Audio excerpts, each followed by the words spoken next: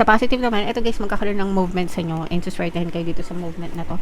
Relocation, ito mga kapiksi. So, pag sinabing relocation, paglipat, pwedeng lumipat ka ng bahay, lumipat ka ng trabaho, lumipat ka ng negosyo, transfer, ganyan. And yung paglipat mo guys, dun sa pupuntahan mo, mas suswertehin ka. So, kunwari, lumipat ka ng bahay. Paglipat mo ng bahay na yun, mas makakaramdam ka ng swerte or mas suswertehin ka dun sa bagong bahay na yun. Or pag lumipat ka ng trabaho, mas swerte ka dun sa trabaho na yun, mas maganda yung takbo ng swerte. Or negosyo, pag lumipat ka ng negosyo or nag-iba.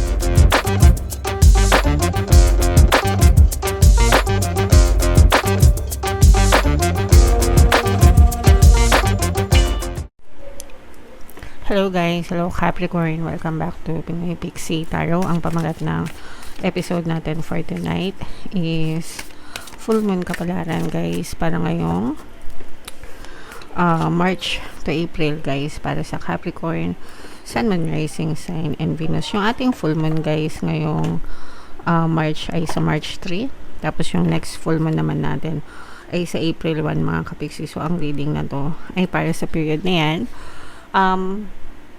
Worm moon yung ating full moon ngayon, yung pamagat, and tinatawag yun siyang blood moon mga kapiksi.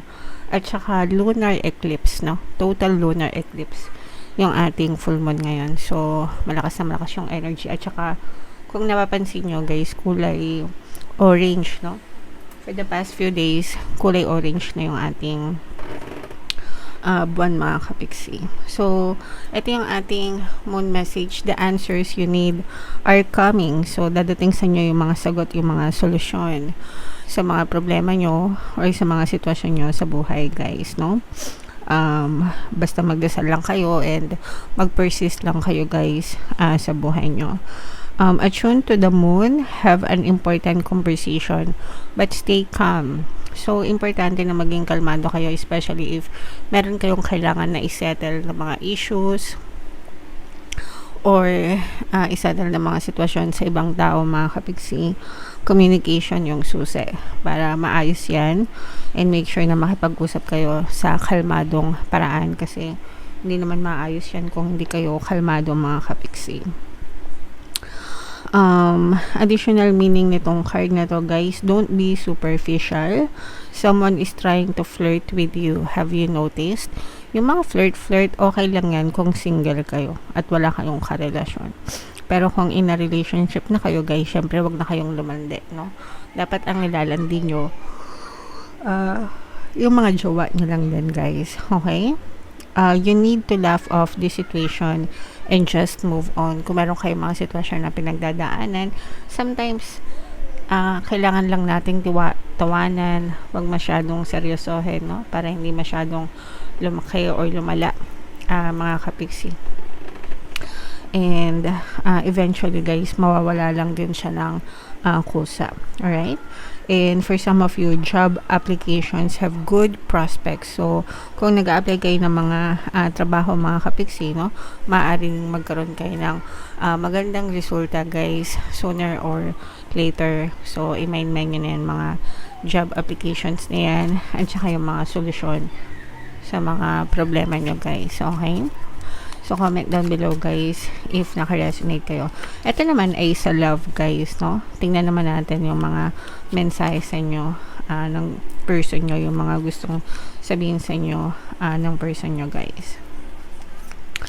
So, pwedeng maka-resonate, pwedeng hindi mga kapiksi. So, ito guys, yung iba sa inyo, medyo hiwalay na kayo. Kaya ako sinabing medyo, kasi parang hindi pa kayo completely hiwalay. Baka yung, or wala kayong formal na hiwalayan, lalo na kung ginosted lang kayo nitong person na to, or pwedeng LDR din kayo guys, kaya kayo nagkahiwalay mga kapiksi. We will be together again. Para sa person mo, magiging kayo pa rin sa dulo. Magiging, kumbaga umaasa pa rin itong person mo na maging kayo ulit, magkabalikan kayo or magkasama ulit kayo, lalo na kung mga, sabi ko nga, mga LDR. Not necessarily na hiwalay kayo, talagang separated yung relationship nyo, pero by choice, baka nagkahiwalay kayo dahil LDR, kailangan magtrabaho guys, no? Pero yung iba, pwedeng hiwalay na talaga. But umaasa yung person mo na maging kayo pa rin or magkasama ulit kayo. And ito guys, I know that I crossed the line with you. Pwedeng may nasabi itong person mo na parang sumobra na siya, no? And aminado siya, no? Parang may regret sa kanya, mga kapiksi. Pero parang hindi siya makapagpakumbaba. Kumbaga parang pinaiiral niya yung pride niya, no? And pwedeng yun din yung naging dahilan kaya kayo naging distant sa isa't isa, kasi parang meron siyang nasabi or nagawa na hindi maganda.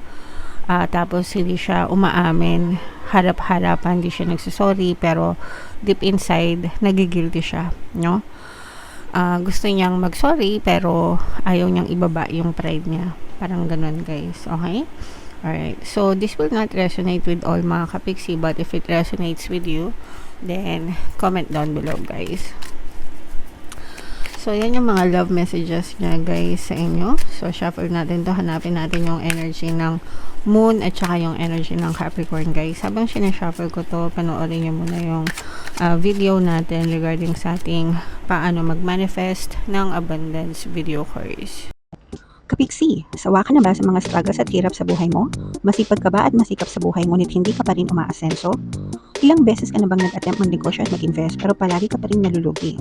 Sa pagkakataon na ito ay maaaring may subconscious beliefs ka na nagiging balakid sa iyong pag-unlad at pagyaman. Introducing, paano mag-manifest ng abundance video course. Dito ay matututunan mong ma-overcome ang mga balakid mo para tuluyan ka ng umunlad, umasenso, sumagana, maging matagumpay, successful at maswerte sa iyong kabuhayan, pera, trabaho, negosyo sa lapi at kaperahan ng bonggang-bongga. Dali, mag-send na ng email sa pinoypixitaro@gmail.com at simulan na ang iyong pagyaman ngayon.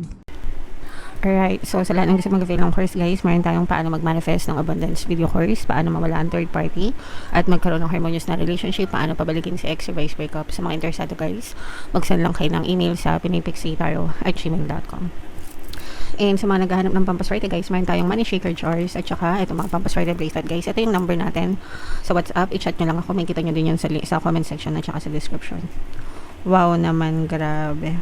So this is both positive and negative, pero mas lamang guys yung negative dito. Meron dito presence ng Capricorn kayo in represent ng Queen of Pentacles. Meron dito presence ng air sign, Aquarius, Gemini, Libra. For some of you, maaring may air element kayo sa inyong natal chart, or you may be dealing with another air sign.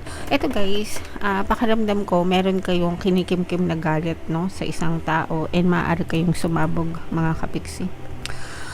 This can be anybody from your quantum bubble, pwedeng partner mo or specific person, pwedeng parents mo, kapatid mo, kamag-anak mo, kapitbahay mo, kasamaan mo sa trabaho, na parang meron kayong conflict nitong person na to, marami kang kinikimkim sa kanya, and parang mapupuno ka na mga kapiksi, and maaari kang makapagbitaw ng mga salita. Pwedeng kasing napoprovoke ka rin, or baka matrigger ka, baka merong sitwasyon na magpa-trigger sa'yo para sumabog ka, no?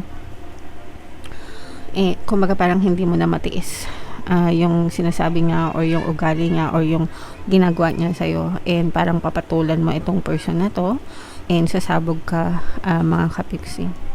So sabi nga dito guys, 'di ba? Kumausap ng kalmado. Kung meron kayong issue sa isang specific person, kausapin niyo ng maayos, kalmado, para ma-fix yung mga issues nyo. Guys, kasi wala namang idudulot na maganda kapag sumabog kayo. Baka lalo lang yan mag-backfire sa inyo mga kapiksi. Okay? So kalmahan guys, huwag kayong magpadalos-dalos, huwag kayong basta-basta tawag dito, magpadala sa bugso ng inyong mga emosyon mga kapiksi. Alright? Okay. Sa positive naman, ito guys, magkakaroon ng movement sa inyo, and suswertehin kayo dito sa movement na to. Relocation ito mga kapiksi. So pag sinabing relocation, paglipat, pwedeng lumipat ka ng bahay, lumipat ka ng trabaho, lumipat ka ng negosyo, transfer, ganyan. And yung paglipat mo guys, dun sa pupuntahan mo, mas suswertehin ka. So kunwari, lumipat ka ng bahay, paglipat mo ng bahay na yon, mas makakaramdam ka ng swerte, or mas suswertehin ka dun sa bagong bahay na yon. Or pag lumipat ka ng trabaho, mas swerte ka dun sa trabaho na yun, mas maganda yung takbo ng swerte. or negosyo, pag lumipat ka ng negosyo or nag-iba ka ng negosyo, no, parang mas suswertehin ka, mas maganda yung magiging takbo nung next na pipiliin mo. So ganun yung ibig sabihin nito, mas suswertehin kayo sa bagong choice nyo sa buhay. Okay? So, meron kayong mga binabalak guys, mga binabalak na mag-shift ng career, lumipat ng bahay, mag-shift ng negosyo guys. Yung iba sa inyo iniisip nyo na yan, no? And yung reason, kaya nyo yan iniisip, may dahilan, no? May dahilan kaya nyo yan iniisip and i-push nyo yan kasi suswertehin kayo mga kapiksi. Alright?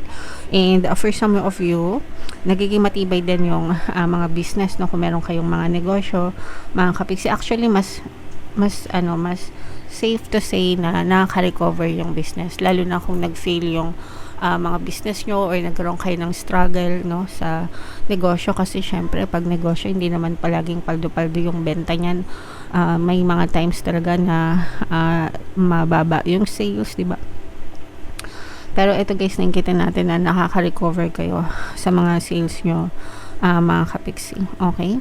Alright. So, i-mind nyo na yan guys, yung mga recovery sa sales. Itong swerte guys, swerte sa mga paglipat, no? I-mind nyo na yan sa comment section. Maganda yung paligid nyo guys. Napapaligiran kayo ng mababait na mga tao, matulungin na mga tao, mga kapiksi. There will be some rooms for collaboration, teamwork, guys, no? So, may mga makakatulong kayo. Mas magiging magaan yung pagdadala nyo ng buhay, guys. So, kunwari sa bahay, kung dati ikaw lang yung breadwinner, kung dati ikaw lang yung mag-isang nagtatrabaho, ngayon, maaaring may makatulong na sa'yo. Kung meron ka mga anak, ganyan, or yung person mo, parang nagtutulungan na kayo na kumita ng pera.